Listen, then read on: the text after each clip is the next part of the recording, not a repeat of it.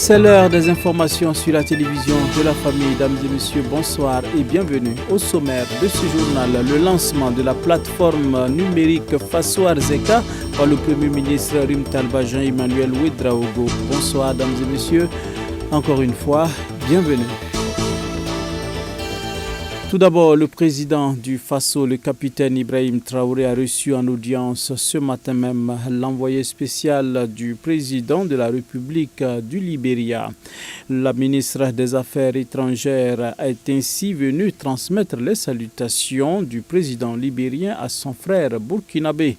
Elle a également échangé avec le président du Faso sur les possibilités de partenariat entre les deux pays avec le chef de l'État burkinabé, bien entendu, en l'occurrence le soutien du Burkina Faso à la candidature du Libéria à l'ONU. Suivez, c'est un commentaire signé Tundasida Salam Ouedraogo. Elle est envoyée par le président de la République du Libéria pour venir échanger avec son homologue burkinabé. La ministre des Affaires étrangères a donc abordé plusieurs questions avec le capitaine Ibrahim Traoré. Les possibilités de partenariat entre les deux pays ont notamment été évoquées. Ce matin, j'ai eu le privilège d'avoir été reçu par le chef de l'État, le président du Faso, le capitaine Ibrahim Traoré, et c'était l'occasion pour moi de lui transmettre les salutations de son frère Joseph Boakai, président du Libéria. Nous avons aussi discuté des possibilités du Burkina Faso et du Libéria de travailler en partenariat. Nous avons également évoqué des questions de développement de l'Afrique. Nous nous sommes rendus compte que la plupart des investisseurs en Afrique étaient des étrangers et nous avons discuté pour voir dans quelle mesure la priorité pourrait être accordée à des Africains. La chef de la diplomatie libérienne a également saisi l'occasion pour solliciter le soutien du Burkina Faso au Conseil de sécurité des Nations Unies. Une autre question que nous avons abordée concerne également le Conseil de sécurité des Nations Unies. Le Libéria est désireux de postuler pour un poste pour siéger au niveau de ce Conseil. Et en cela, le Libéria souhaiterait obtenir l'appui et le soutien du Burkina Faso. Lorsque nous regardons autour du continent, nous sommes tous liés, que nous avons tous les mêmes origines. Donc, son Excellence, le président du Faso, s'est montré très ouvert. Il nous a donné la possibilité de pouvoir rencontrer tous les partenaires du Burkina Faso, discuter, partager nos expériences. Et ce sera l'occasion pour nous d'apprendre l'expérience fructueuse du Burkina Faso. Le capitaine Ibrahim Traoré, qui a accordé une attention particulière à la sollicitation, a donné son assentiment pour soutenir le Libéria dans sa future candidature.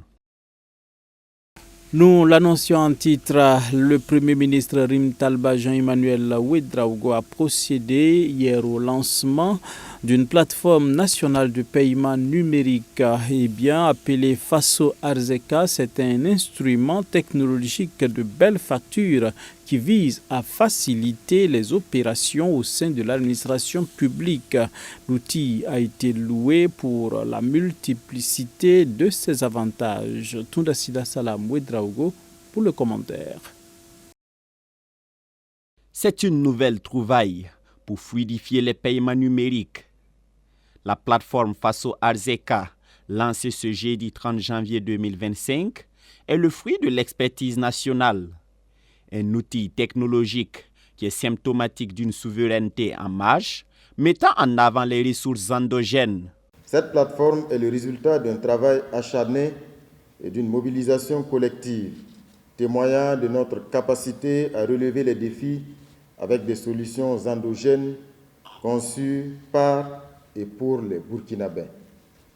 Le gouvernement et l'ensemble du peuple burkinabé, mobilisés comme un seul homme, derrière le président du Faso, mettent les bouchées doubles pour non seulement endiguer l'insécurité qui mine notre développement, mais aussi se saisir de cette occasion pour arracher une indépendance véritable et une souveraineté réelle.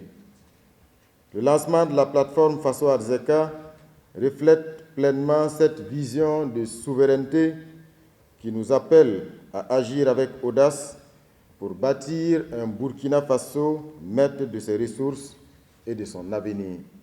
Pour le Premier ministre burkinabé, Faso Arzeka est plus qu'une plateforme technologique. Ses avantages sont multiples.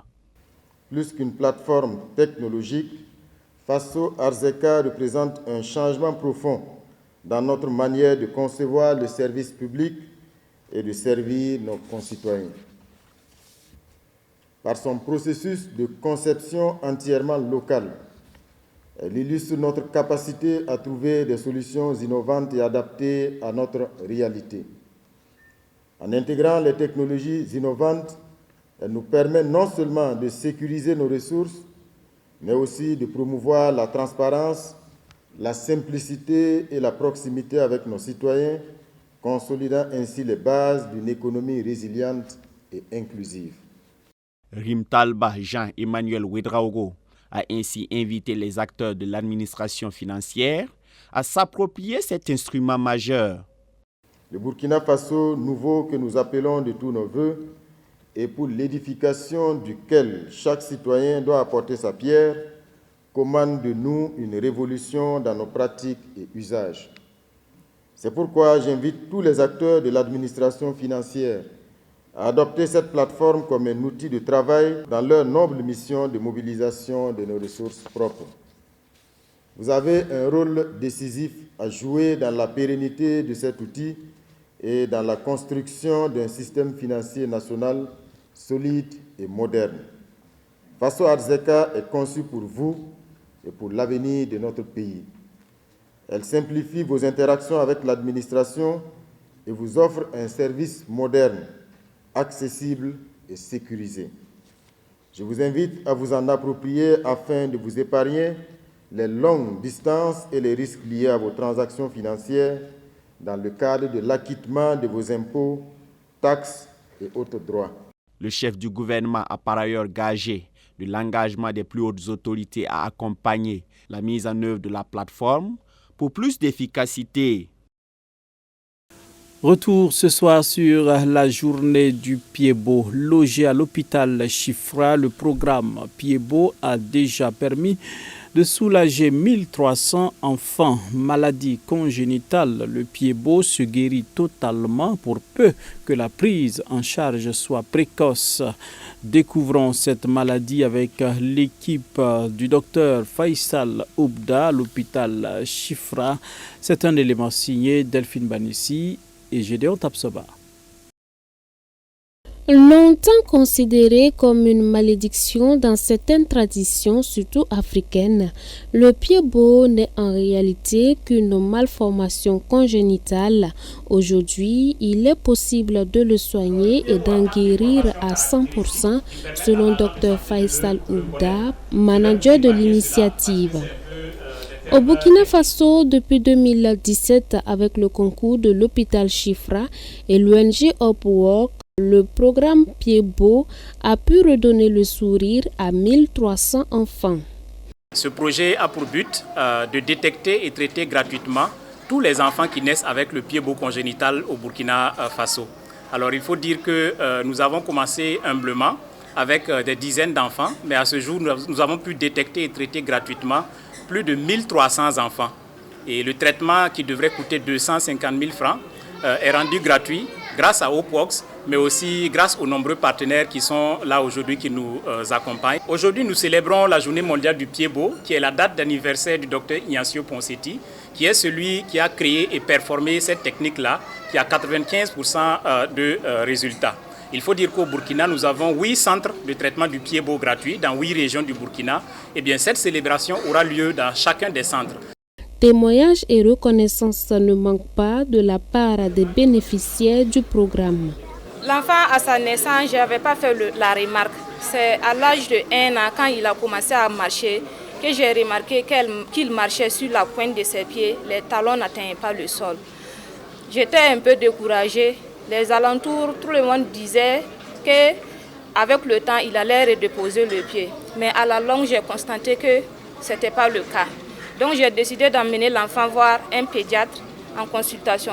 Et de là, le pédiatre m'a dit qu'il y a une unité à Chifra qui occupe de ces cas d'année pour la semaine prochaine. Ils ont mis les plâtres, on est reparti, on a fait une semaine.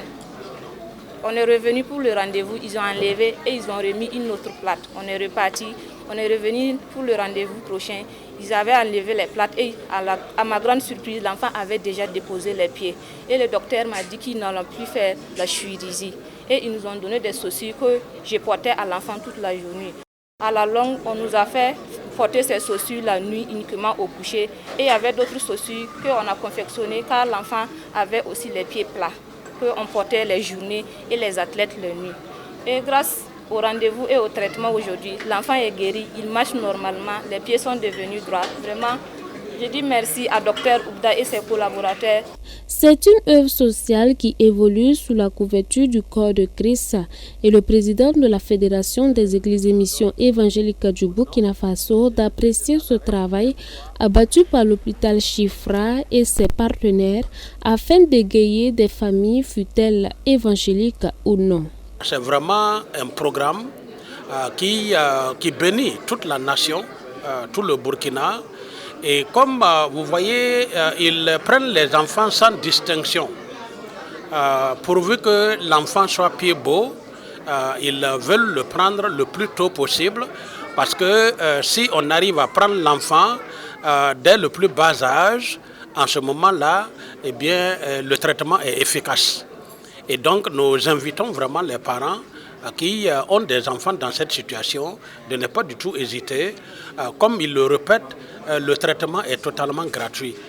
Après 5 années de traitement long et laborieux, mais surtout gratuit, les enfants reçoivent des attestations de guérison du pied beau. Maladie négligée ou oubliée selon le docteur Oubda, le pied beau peut évoluer vers le handicap s'il n'est pas rapidement pris en charge. L'église locale des Assemblées de Dieu de Boukou a 80 ans. Eh bien, moment de réjouissance, mais aussi d'introspection. Les filles et fils de la localité n'ont pas marchandé leur présence à la cérémonie d'action de grâce organisée à cet effet. Le film de la célébration avec Delphine Banissi et Yannick Kaboré.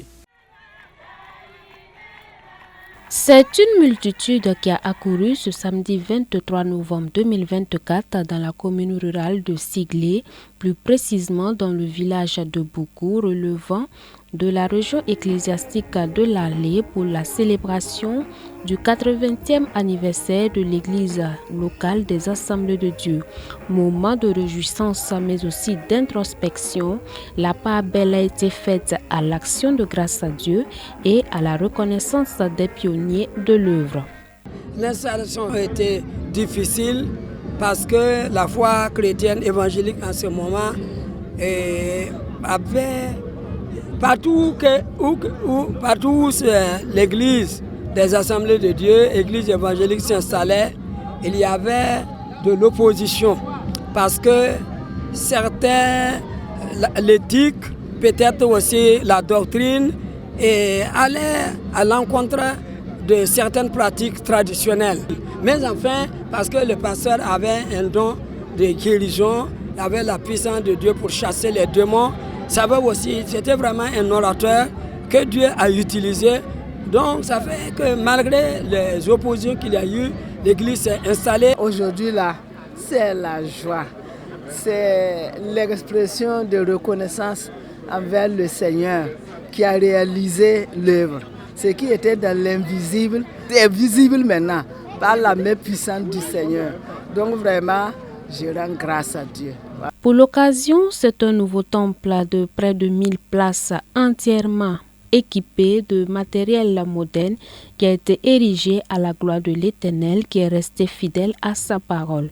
Les clés ayant été remises officiellement au pasteur Philippe Sawadogo et épouse, l'homme de Dieu entend travailler à pérenniser et améliorer les acquis engrangés par ses prédécesseurs.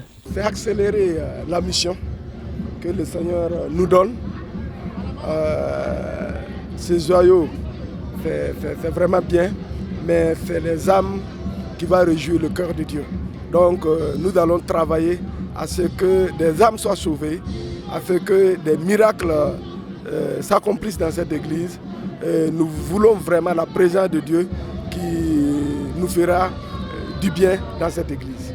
Pour le secrétaire général du Conseil général de l'Église des Assemblées de Dieu du Burkina Faso, orateur du jour, le temps de cette célébration doit être l'occasion de se souvenir du passé pour faire mieux dans l'avenir. C'est un sujet de joie et c'est une reconnaissance à Dieu. Et quand on voit comment les branches ont poussé, il y a eu plus de 60 pasteurs qui sont ici, plusieurs centaines d'églises ont été implantées et des milliers de personnes ont reçu la bonne nouvelle de Jésus-Christ. L'Église Assemblée de Dieu s'est réjouie. Pour la petite histoire, c'est en 1944 que le pasteur Koudrerma Yamiogo va fonder cette église suite à l'impact de la puissance de l'Éternel manifesté à travers son serviteur par des miracles et des prodiges. À sa suite viendra pour une période de transition le pasteur Segnogo Marcel Ouedraogo en 1993 et de 1993 à 2000, l'église a été dirigée par le pasteur Joachim Kabouré et épouse. 2001-2020, ce fut le couple pastoral Pierre Ouedraogo et épouse qui avait la lourde charge de conduire le peuple de Dieu. 4 années durant, le temple a été placé sous la tutelle du conseil régional de l'Arlé. Et à compter de ce samedi 23 novembre 2024, l'église des Assemblées de Dieu de Boku passe sous la direction du pasteur Philippe Sawadogo et épouse. Soulignons que cette église octogénaire a à son compte plus de 100 églises annexes. C'est sur cette note de réjouissance que nous mettons un terme à cette édition. Dames et messieurs, merci de votre constante fidélité au programme de la télévision de la famille. Nous vous souhaitons un excellent week-end, toujours en notre compagnie. Bonsoir chez vous et que Dieu bénisse notre cher pays, le Burkina Faso.